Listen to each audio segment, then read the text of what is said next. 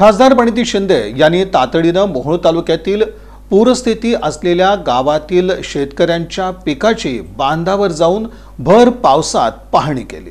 सोलापूर जिल्ह्यात गुरुवारी रात्री ढगफुटी सदृश्य पावसामुळे सोलापूर शहरासह जिल्ह्यात सर्व ठिकाणी पावसानं थैमान घातलं। गाव, वाड्यावस्त्या, नाले, ओढेसह सखल भागात पाणी साचल्यामुळे नागरिक, शेतकरी भयभीत झाले आहेत।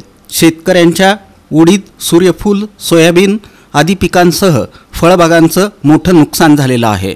खासदार प्रणिती शिंदे यांनी तातडीनं मोहोळ तालुक्यातील पूरस्थिती असलेल्या गावातील शेतकऱ्यांच्या पिकांची बांधावर जाऊन भर पावसात पाहणी केली।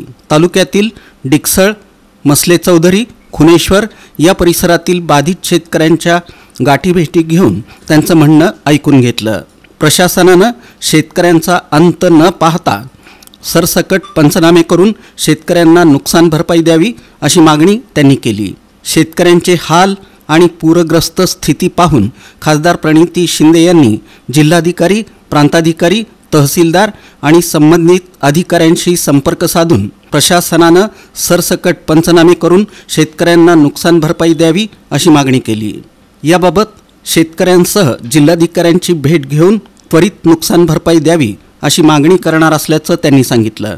या प्रसंगी सोलापूर जिल्हा काँग्रेस कमिटीचे अध्यक्ष प्राध्यापक सातलिंग षटगार, मोहोळ तालुका काँग्रेस कमिटीचे अध्यक्ष सुलेमान तांबोळी, जिल्हा काँग्रेस कमिटीचे उपाध्यक्ष राजेश पवार, अरुण पाटील यांची उपस्थिती होती।